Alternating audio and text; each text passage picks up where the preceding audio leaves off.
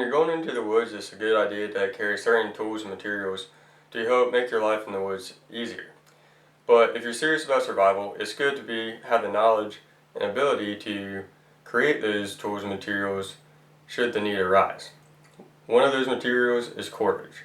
The ability to make cordage is an important survival skill to have, and in this video I'm going to show you how to make a reverse wrap cordage, so stick around.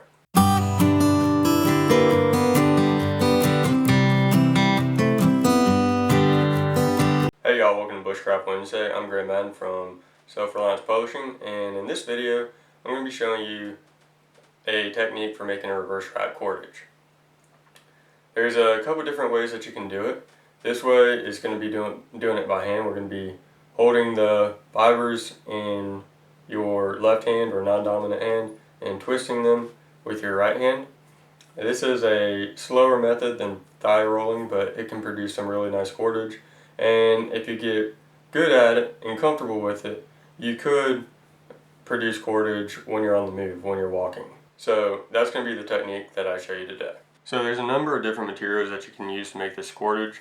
The inner barks of many different types of trees works well. You can use dogbane, milkweed, and several other fibrous plants. You can also use grass, which is what I'm going to be using here. Ideally, you want to use green grass because it'll have a tendency to shrink. You can see this is a short piece of cordage that I made about a week ago or so, and in a week's time it's already shrunk, and you can see that the twists are loose, and that's just from the shrinkage due to it losing its moisture and drying out. The cordage that we're going to be making from this stuff here is going to be really fat and weak, and wouldn't be ideal from a usability standpoint. I'm using this because it's a fatter, thicker material, and I think it'll show up better on camera. So to start, we're going to take a few pieces of cordage, or a few pieces of grass, about 5 or so I guess we'll start with, and we're going to twist it off center. So we're going to start by twisting it up,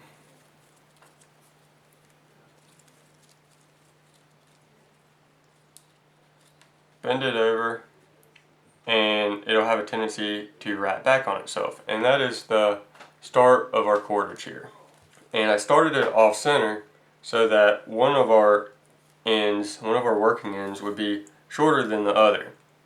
You can have them end at the same place, but that would make our splices at the same place, and splices are the weak part of the rope or cordage. So ideally you're going to have them staggered so that your splices are staggered and not in the same place. But this end here is already short, so we're going to bring in a couple pieces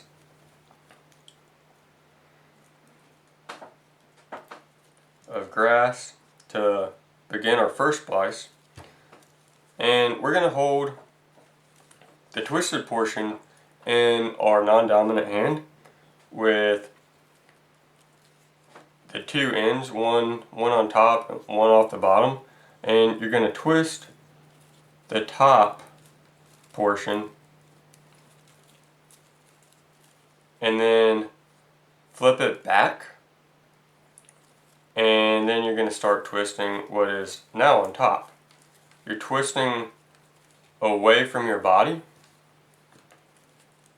and then once you get it tight, you're going to twist it back towards yourself in the opposite direction. And your cordage is forming like so.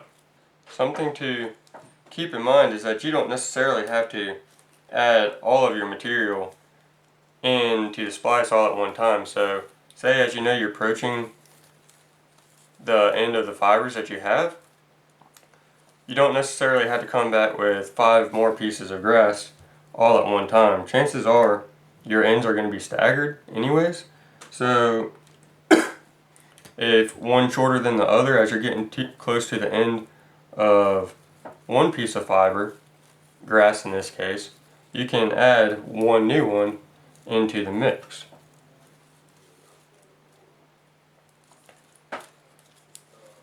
And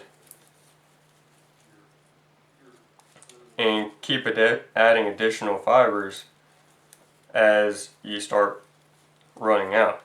That will help keep the thickness of your cordage more consistent.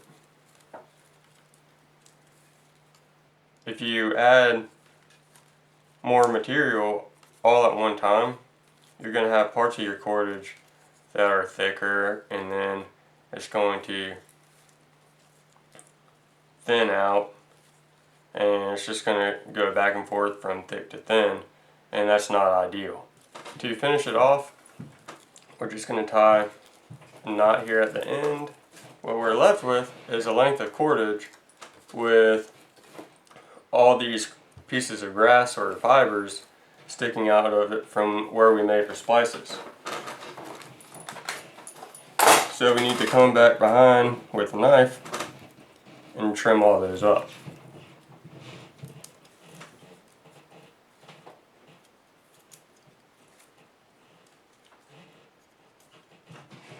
And this is our finished cordage.